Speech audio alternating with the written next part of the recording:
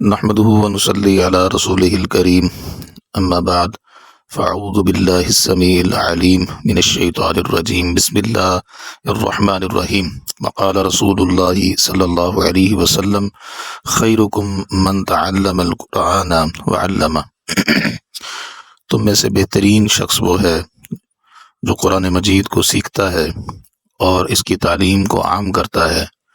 اس سے بہترین انسان اللہ کے ہاں دنیا میں کوئی نہیں ہے۔ سامعین، آج ہمارا لیکچر نمبر 7 ہے۔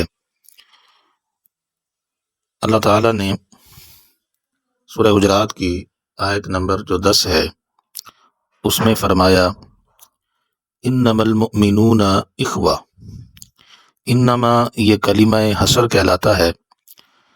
عربی زبان میں جب بھی کسی بات کو خاص کرنا ہو، خاص یا کلام کو خاص کرنا ہو تو لفظ انما استعمال کیا جاتا ہے۔ حصر کا معنی ہوتا ہے بند کر دینا، یعنی کہ بات یہی ہے اور یہ بات اس دائرے کے اندر بند ہے، اس کے علاوہ اور کوئی بات نہیں ہے، یہ حصر کا معنی ہے۔ اللہ نے اس آیت کا آغاز انما سے کیا، گویا کہ اللہ نے یہ بات سمجھائی ہے کہ جو بات ابھی آگے آنے والی ہے وہی بات ہے، اس کے علاوہ اور کوئی بات نہیں ہے۔ وہ کون سی بات ہے؟ انما المؤمنون اخوہ۔ مومنون پہ بھی الف لام داخل کیا گیا ہے، لگایا گیا، اس میں بھی تخصیص پیدا اس نے کر دی۔ اللہ فرماتے ہیں کہ یقیناً، انما کا ترجمہ یقیناً مومن لوگ جو ہیں اخوتن، وہ ایک دوسرے کے بھائی ہیں۔ تو گویا کہ یہ ایک اسلامی رشتہ ہے جو اللہ تعالیٰ نے مسلمانوں کے درمیان، مومنوں کے درمیان قائم کیا ہے، اور یہ رشتہ انتہائی مضبوط ہے۔ جو اس رشتے سے ہٹے گا وہ تباہ و برباد ہو جائے گا، ذلیل ہوگا اور ذلت اور پستی کا سامنا اسے کرنا پڑے گا، اور سکون سے وہ عاری ہو جائے گا۔ یہ اتنا قیمتی رشتہ اللہ تعالیٰ نے قائم کیا ہے۔ کیوں کیا ہے؟ کیونکہ یہ رشتہ سب سے بنیادی رشتہ ہے، اسلام کا رشتہ، دین کا رشتہ، ایمان کا رشتہ۔ تو یہ رشتہ اپنے قریبی رشتہ داروں سے بھی زیادہ مضبوط رشتہ ہے۔ یہ اللہ نے کیوں قائم کیا ہے؟ اس لیے کہ تمہاری آپس کی منافرتیں، نفرتیں، لڑائی جھگڑے اور فساد یہ ختم ہو جائیں۔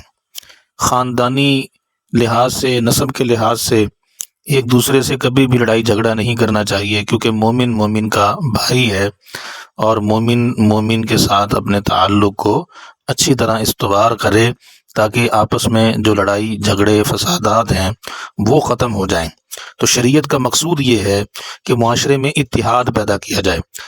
جب تک معاشرے میں اتحاد نہیں ہوگا اس وقت تک کوئی بھی معاشرہ نہ تو اپنے عزت کا محافظ بن سکتا ہے، اور نہ ہی وہ اپنے آپ کو بچا سکتا ہے، اور نہ ہی اس معاشرے میں سکون پیدا ہو سکتا ہے، نہ ہی اس معاشرے کے اندر جو ہے وہ قتل و غارت کو ختم کیا جا سکتا ہے۔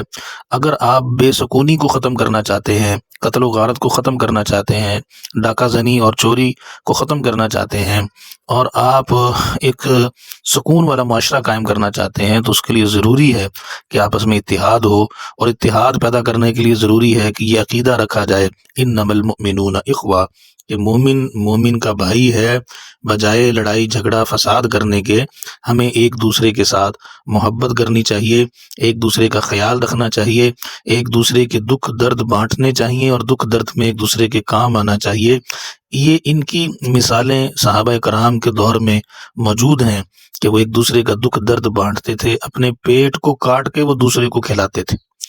تو اللہ فرماتے ہیں انما المؤمنون اخوہ، کہ یہ بات سمجھ لو کہ یقیناً مومن ہی مومن کا بھائی ہے۔ فَأَصْلِحُوا بَيْنَ أَخَوَيْكُمْ، فرمایا کہ اصلاح کرو اور صلح کرا دو۔ اصلیحو کا معنی ہم پہلے ذکر کر چکے ہیں، اصلاح کرنا اور صلح کروا دینا۔ فرمایا کہ مومنوں کو چاہیے کہ اگر شیطان کے وسوسے کی وجہ سے آپس میں کوئی چپکلش پیدا ہو گئی ہے یا کوئی دلوں میں منافرتیں پیدا ہو گئی ہیں تو فَأَصْلِحُوا، اللہ حکم دے رہے ہیں کہ سلو کروا دو بین اخویکم، دونوں اپنے بھائیوں کے درمیان۔ اخویکم مضاف الیہ ہے، اور اخوی دو بھائیوں کو کہتے ہیں، یعنی اخوا اخن کی تثنیہ جو ہے وہ اخوی ہے، تو یہ مطلب دو بھائی۔ تو اللہ فرماتے ہیں فَأَصْلِحُوا، سلو کروا دو بین اخویکم، اپنے دو بھائیوں کے درمیان اگر ان میں کوئی بات تلخی والی پیدا ہو گئی ہے تو معاشرے میں اصلاح کرنی ہے۔ واتقوا اللہ، اللہ فرماتے ہیں کہ اللہ سے ڈرتے رہو۔ گویا کہ ہر عمل کا بنیادی جز جو ہے وہ تقوی ہے۔ جو بھی بات سن رہا ہے وہ اس بات کو اچھی طرح ذہن نشین کر لے کہ آپ میں جب تک تقوی پیدا نہیں ہوگا تو اس وقت تک آپ کوئی عمل نہیں کر سکیں گے۔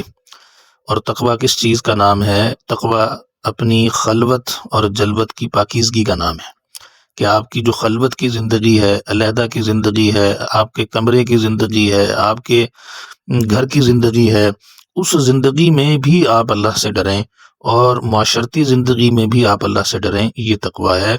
یہ تعریف اپنے ذہنوں میں اچھی طرح بٹھا لیں کہ تقوی کے بغیر جنت میں جانا ممکن نہیں ہے، تقوی کے بغیر جنت کا حصول ممکن نہیں ہے۔ قرآن مجید میں اللہ فرماتے ہیں وَسِيقَ الَّذِينَ اتَّقَوْا رَبَّهُمْ إِلَى الْجَنَّةِ زُمَرًا، کہ قیامت کے دن متقین لوگوں کے گروہ در گروہ اللہ تعالیٰ جنت میں داخل کرے گا۔ وَالْعَاقِبَةُ لِلْمُتَّقِينَ، فرمایا کہ قیامت اور آخرت ہے ہی متقین کے لیے، یا بہترین انجام، خیر والا انجام ہے ہی متقین کے لیے۔ ہر عمل کا مقصد اللہ تعالیٰ نے تقوی بنا دیا ہے، کہ تمہارے اندر صفت تقوی کو اللہ پیدا کرنا چاہتا ہے، چاہے وہ روزہ رکھنا ہو، روزے کے ذریعے سے پیدا ہو جائے، نماز کے ذریعے سے پیدا ہو جائے، یا کوئی بھی خیر کا نیکی کا کام کرنے سے پیدا ہو۔ مقصود انسان کو متقی بنانا ہے، کہ اس کو یہ بات سمجھ آ جائے کہ مجھے ہر وقت اللہ دیکھ رہا ہے، میرے ہر عمل سے اللہ واقف ہے، میری خلوت کو بھی اللہ دیکھتا ہے، جانتا ہے، اور میری جلوت کو بھی اللہ جانتا ہے۔ تو فرمایا واتقوا اللہ، اللہ سے ڈر جاؤ، لعلکم ترحمون، تاکہ تم پہ اللہ تعالی رحم کرے۔ تو رحمت کے حصول کے لیے تقوی انتہائی ضروری ہے۔ تو یہ جو آیت ابھی ہم نے پڑھی ہے، اس کا مقصد بھی اتحاد پیدا کرنا ہے، اور مسلم معاشرے کے اندر ایک دوسرے کے خلاف نفرت کو ختم کرنا، کیونکہ مومن کا دشمن نہیں ہے بلکہ بھائی ہے۔ اس کے بعد جو اگلی آیت ہے اس میں بھی اللہ تعالیٰ نے ایک دوسرے کے درمیان جو نفرت کا بیج بونے والے 3 کبھی عمل جو ایک دوسرے کے خلاف نفرتیں پیدا کرتے ہیں، ان کی نشاندہی کی ہے۔ اور قرآن چونکہ ہدایت کی کتاب ہے، ہدایت کا منبع ہے، تو اللہ تعالیٰ نے ہر چیز کو کھول کے واضح طور پر بیان کر دیا ہے، اور جو بندہ اس پہ عمل کر لے گا انشاءاللہ وہ امن کا گہوارہ بنے گا، اور دنیا میں بھی کامیاب ہے اور آخرت میں بھی کامیاب ہے۔ تو اس اگلی آیت میں اللہ تعالیٰ نے ان 3 امور کی طرف اشارہ کیا ہے، جو امور معاشرے کے اندر فتنے کا باعث بنتے ہیں، فساد کا باعث بنتے ہیں، نفرتوں کا باعث بنتے ہیں، تکبر کا باعث بنتے ہیں۔ یہ بہت بڑی بڑی بیماریاں ہیں جو انسانوں کو کھا جانے والی ہیں۔ ان بیماریوں کو ختم کرنے کے لیے کچھ چیزیں اللہ تعالیٰ نے بیان کی ہیں کہ ان کو ملحوظ خاطر رکھ کر زندگی گزارو، تاکہ تمہارا آپس میں پیار محبت وہ بڑھے، اور ایک دوسرے کے خلاف نفرت اور یہ بغض یہ ختم ہو جائے۔ فرمایا کہ یا ایھا الذین آمنو، اے ایمان والو، لا یسخر قوم من قوم، یہ پہلی بات ہے کہ جو معاشرے کے اندر نفرت، بغض اور حسد کو پیدا کرتی ہے۔ فرمایا کہ لا یسخر، یسخر میں یہ لا جو ہے یہ نہیں کا ہے، یعنی کہ یہ فعل نہیں کہلاتا ہے، اور واحد مذکر غائب کا یہ صیغہ ہے۔ سخرن یہ مصدر ہے باب سامیہ سے، اور اس کا معنی کیا ہے؟ مذاق بنانا۔ لا یسخر، نہ کوئی مذاق بنائے، ٹھٹھا کرے، تمسخر اڑانا۔ تو فرمایا کہ لا یسخر، نہ مذاق اڑائے، ٹھٹھا کرے، تمسخر اڑائے کوئی قوم من قوم کسی قوم کا، قوم سے مراد یہاں پر خصوصاً مرد حضرات ہیں، کہ کوئی بھی مرد کسی مرد کے ساتھ مذاق نہ کرے۔ اب مذاق سے مراد ایسا مذاق ہے کہ جو کسی کو تکلیف دے، یا وہ مذاق جو کسی کی تحقیر کا باعث بنے، وہ مذاق جو کسی کی عزت کو پامال کرے، یا لوگوں کے درمیان معاشرے میں مجلس میں بیٹھتے ہوئے آپ کسی کے ساتھ ایسا مذاق کریں کہ جو اس کی عزت میں کمی کا باعث بنے، یعنی کہ حقیر جانتے ہوئے کسی کو آپ لوگوں کے سامنے بدنام کریں، مذاق اڑائیں، اس کے کسی عمل کی وجہ سے، کسی بات کی وجہ سے، غربت کی وجہ سے آپ اس کو مذاق اڑاتے ہیں، تو شریعت نے اس کو حرام قرار دیا ہے۔ اس کا پہلا نقصان تو یہ ہے، جو سب سے بڑا نقصان جو شیطان انسان سے کروانا چاہتا ہے، وہ یہ ہے کہ انسان جو کسی کا مذاق اڑا رہا ہے اس کے دل میں تکبر پیدا ہو جاتا ہے۔ تو اس کے بارے میں انتہائی سخت وعید آئی ہے کہ کبر اللہ کی چادر ہے، اور جو اللہ کی چادر کو ہاتھ ڈالتا ہے اللہ تعالیٰ اس کو تباہ و برباد کر دیتے ہیں۔ حضرت عبداللہ بن مسعود رضی اللہ تعالی عنہ سے روایت ہے، آپ صلی اللہ علیہ وسلم نے فرمایا، لا يدخل الجنت من کان فی قلبہ مثقال ذرۃ من کبر، فرمایا کہ وہ شخص جنت میں نہیں داخل ہو سکتا جس کے دل میں رائی کے دانے کے برابر بھی تکبر ہوا۔ ایک آدمی نے کہا کہ ان الرجل یحب ان یکون ثوبہ حسنا ونعلہ حسنا، کہ اللہ کے پیغمبر، ایک آدمی اگر اپنے اچھا لباس کو پسند کرتا ہے یا اچھے جوتے پہننا پسند کرتا ہے، کہ یہ تکبر ہے؟ آپ نے فرمایا کہ ان اللہ جمیل یحب الجمال، اللہ خوبصورت ہے اور خوبصورتی کو پسند کرتا ہے۔ تکبر دو چیزوں کا نام ہے، بطر الحق، ایک تو حق کو جاننے کے بعد اس سے منہ موڑ لینا، اور غمت الناس، لوگوں کو حقیر جاننا۔ تو تکبر یہ بہت بڑی بیماری ہے اور انتہا درجے کا بڑا گناہ ہے۔ تو اس لیے اس تکبر سے بچنے کا بہترین ذریعہ یہ ہے کہ بندہ اپنے آپ کو حقیر جانے، اپنے آپ کو کمتر سمجھے، اپنے آپ کو نیچا رکھے، اور اپنے مسلمان بھائی، مومن بھائی کو اپنے سے اوپر سمجھے، چاہے اس کے پاس مال و متاع نہیں ہے، اور چاہے اس کا لباس پوشیدہ ہے، کچھ بھی ہے، کسی مسلمان کو حقیر نہیں جاننا۔ تو لا یسخر قوم من قوم کا یہ معنی ہے کہ کوئی آدمی دوسرے آدمی کا مذاق نہ اڑائے۔ فرمایا کہ عسا، ہو سکتا ہے، عسا کا معنی ہو سکتا ہے، ان یکونوا خیرا منہم، ان یکونوا، کہ وہ ہوں، کون ہوں جن کا مذاق اڑایا جا رہا ہے۔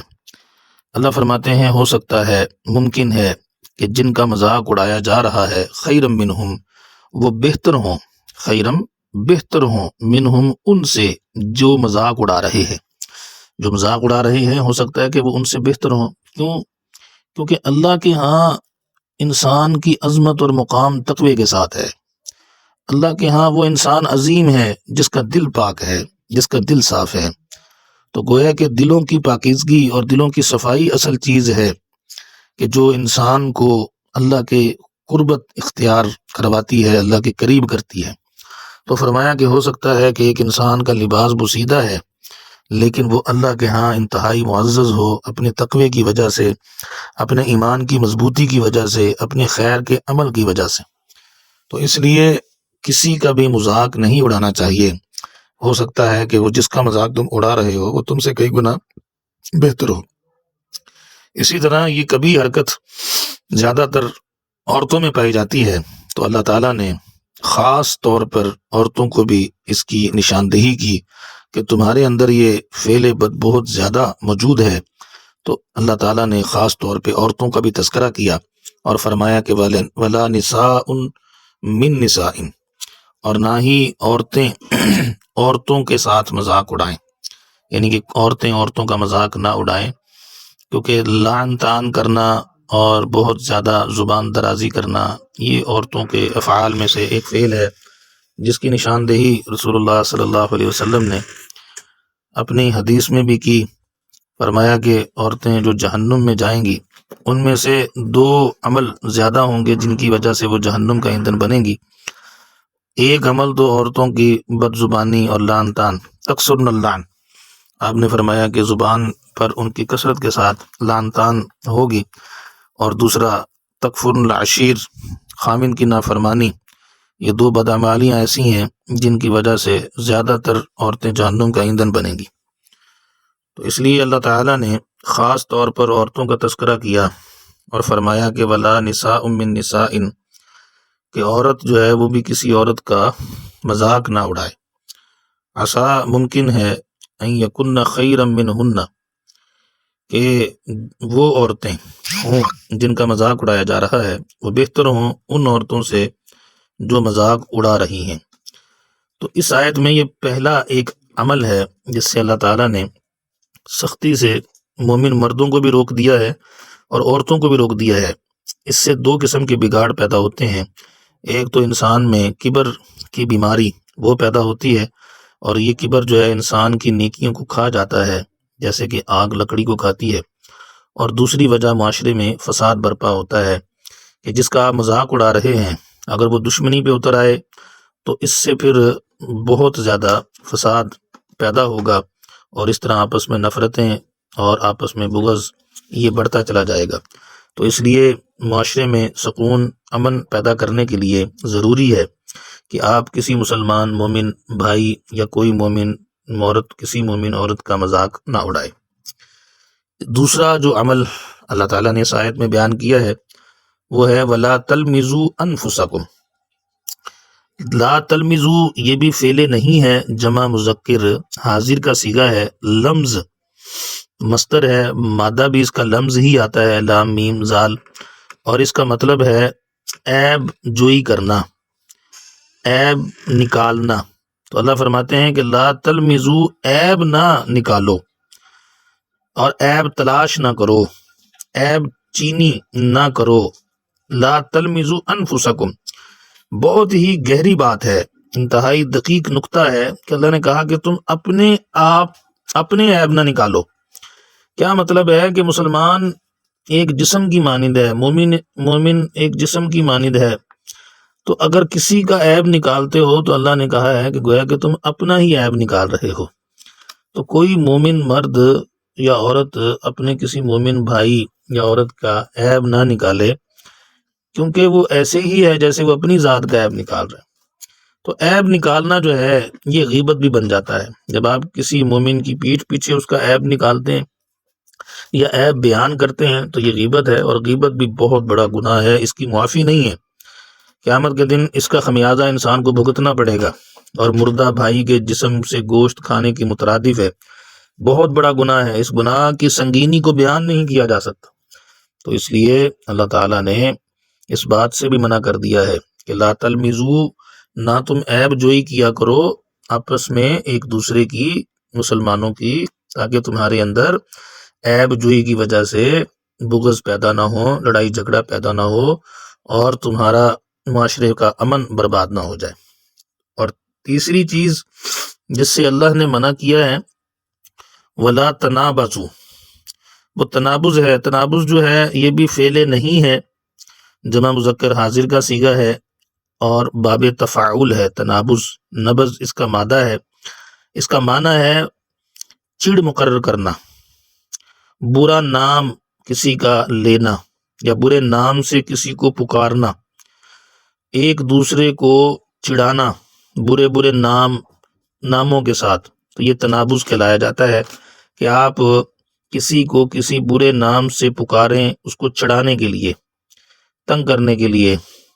فرمایا کہ ولا تنابزوا، نہ تم برے ناموں سے پکارو، بالالقاب، لقب، یعنی اصل نام کی بجائے ایسا لقب کسی کو دینا جو برا لقب ہے، کسی کو اندھا کہنا، کسی کو لنگڑا کہنا، کسی کو لولا کہنا، کسی کو مطلب اس کی کوئی بھی اگر اس میں نقص ہے جو اللہ کی طرف سے ہے اس کو مد نظر رکھتے ہوئے اس کا کوئی نام ایسا رکھ دینا جس کی وجہ سے اس کی تحقیر ہو، تو یہ بھی حرام ہے۔ فرمایا کہ ولا تنابزوا بالالقاب، برے برے لقبوں کے ساتھ لوگوں کو نہ پکارو، اور ان کے ناموں کو، اصل نام کو بگاڑ کے، ایسا نام جس سے انسان کی تحقیر ہو وہ نام نہ اس کا لو، اس نام سے نہ پکارو۔ فرمایا کہ بئس الاسم، برا جو نام ہے، الفسوق، فسق کا، یعنی کہ ایسا نام جس کا تعلق فسق کے ساتھ ہے، یعنی کسی کو آپ کافر کہہ دیں تو زانی کہیں، شرابی کہیں، تو یہ نام جو ہیں اچھے نہیں ہیں، ان ناموں سے مومن مسلمان کو نہ پکاریں۔ ہاں اگر کسی کے اندر کوئی برائی ہے تو اس برائی کو ختم کرنے کی کوشش کریں، اس کے پاس جا کے اصلاح کرنے کی کوشش کریں، اس کو سمجھائیں بجھائیں، نہ کہ آپ معاشرے میں اس کا نام ہی رکھ دیں کہ یہ زانی ہے، یہ شرابی ہے، یہ مطلب جو ہے نا وہ اندھا ہے، لنگڑا ہے، یا یہ جو ہے وہ بہت برا، مطلب اس کو کوئی بھی ایسا نام نہ دیں کہ جو اس کے لیے تضحیق کا باعث بنے۔ بعد الایمان، ایمان کے بعد، ایمان کے بعد کا مطلب یہ ہے کہ ایک آدمی اگر مسلمان ہو چکا ہے، مومن ہو چکا ہے، تو اس کے ایمان اور اسلام کے بعد آپ اس کو برائی سے نہ پکاریں، یہ اس کے لیے ضروری ہے۔ تو یہ 3 قسم کے گناہ ہیں جو اللہ تعالیٰ نے اس آیت میں بیان کیے ہیں، جو معاشرے میں امن سکون کا باعث بنتے ہیں۔ وَمَن لَّمْ يَتُبْ، فرمایا کہ جو گناہ کے بعد توبہ نہیں کرتا، فَأُولَٰئِکَ هُمُ الظَّالِمُونَ، تو فرمایا کہ یہ لوگ انتہائی ظالم ہیں جو اپنی جانوں پہ ظلم کر رہے ہیں، کیونکہ یہ قیامت کے دن پکڑے جائیں گے اور پھر ان کو اس کی سزا ملے گی، اور جب سزا ملے گی تو گویا کہ یہ اپنے آپ پہ ظلم کرنا ہے۔ تو وقت زیادہ ہو رہا ہے، اللہ تعالی ہمیں عمل کی توفیق عطا فرما دے، سمجھنے کی توفیق عطا فرما دے، قرآن مجید کو اور اس کی تعلیم کو عام کرنے کی توفیق عطا فرما